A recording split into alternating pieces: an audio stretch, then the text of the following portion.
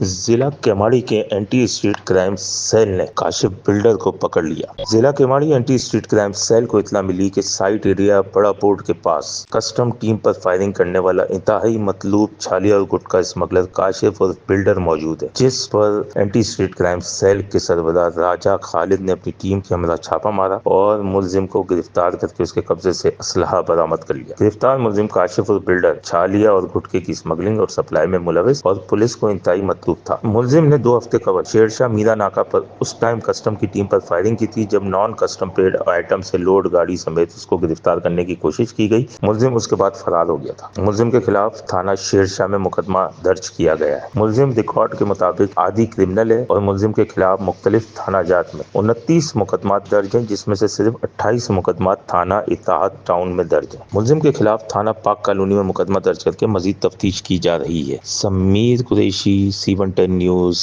Karachi. C110 news, خبر کی اصل خبر۔